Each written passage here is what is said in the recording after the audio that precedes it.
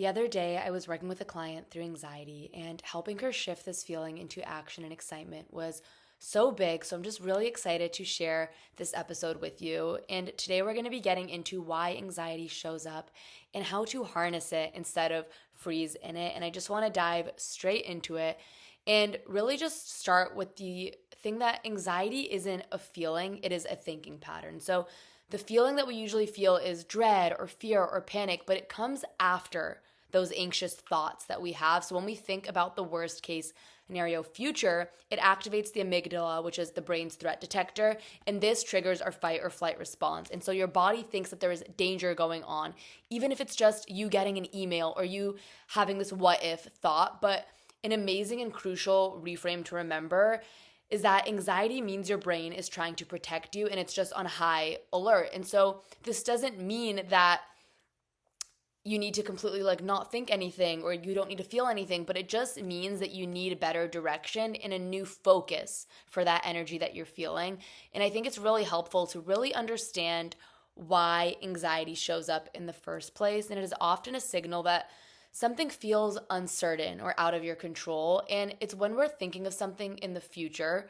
So something that isn't even happening in this moment right now. And we're like, oh my God, again, what if this situation happens? Or all these things that are not happening in this moment. And I read something recently too that said, anxiety just means you have a great imagination. And I was like, wait, that is such a beautiful reframe, honestly, because so often we're thinking about all these things. We're making up this elaborate story of this thing that hasn't even happened, that might not happen, that probably won't happen, and getting so in depth with it. And that's just us imagining a situation that isn't even happening. So you can be like, wow, look at my imagination running off again. Look at what a great storyteller I am. And really acknowledging that and kind of laughing about that, I think, is always a little helpful.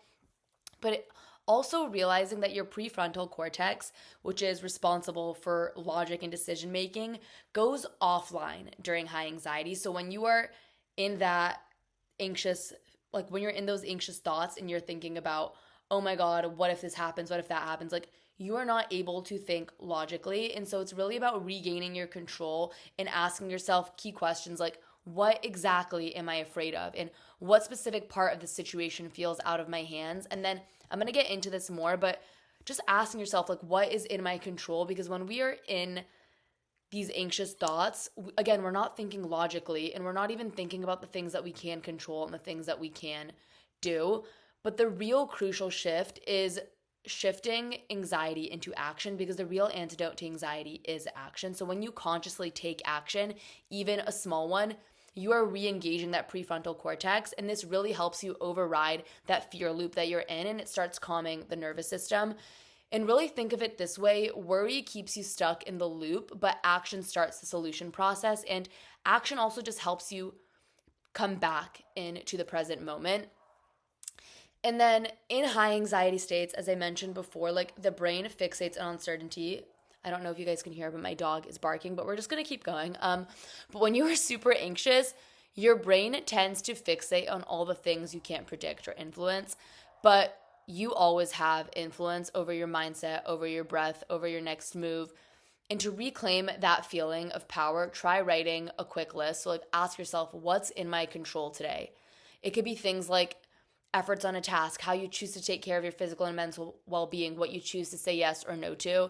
And I had a client earlier today too, and we were talking about this, and he was so anxious about his business and all these things that he couldn't control in it, and really just things, again, that were just not in his control at all, and the anxiety of it. And what we did was ask, okay, what is actually in your control right now? What can you do differently? And focusing on that. And when you are just focusing on that, the biggest shift is able to happen. And then also remember that your body is always in the present. So even when your mind spirals into the future, your body is here right now. And so when you are bringing yourself back to the present, it is so hard for you to have those anxious thoughts because you're not thinking of the future. And so some great ways for you to use your body to regulate your nervous system is, number one, breath work. So take conscious deep breaths. Really close your eyes and count to 10.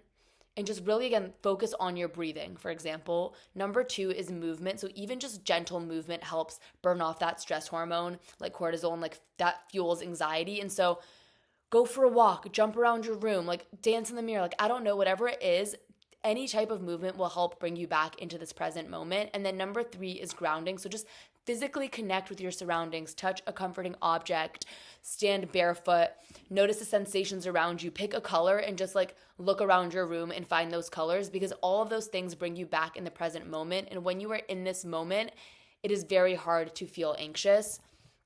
And then also, which is one of my favorite reframes, is that anxiety and excitement actually activate the same physiological response in our body.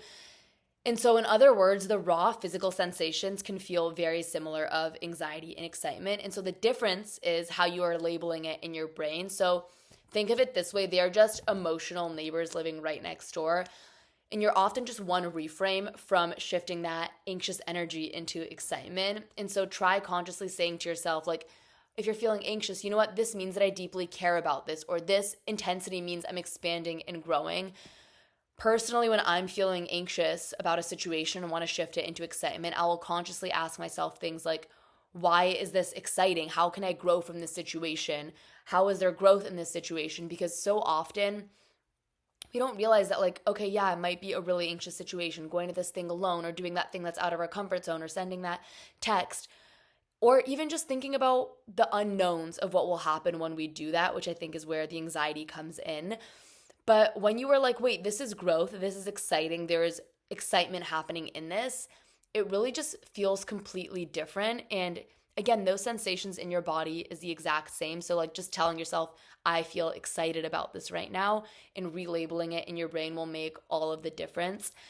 And then next is when anxiety arises, just take a moment to pinpoint where you physically feel it in your body. Is it tightness in your chest? Is it a knot in your stomach? Is it a buzzing in your head? Like whatever it is, acknowledge that sensation directly. And instead of saying, I am anxious and taking that on as your personality, just say, I feel tightness in my chest right now.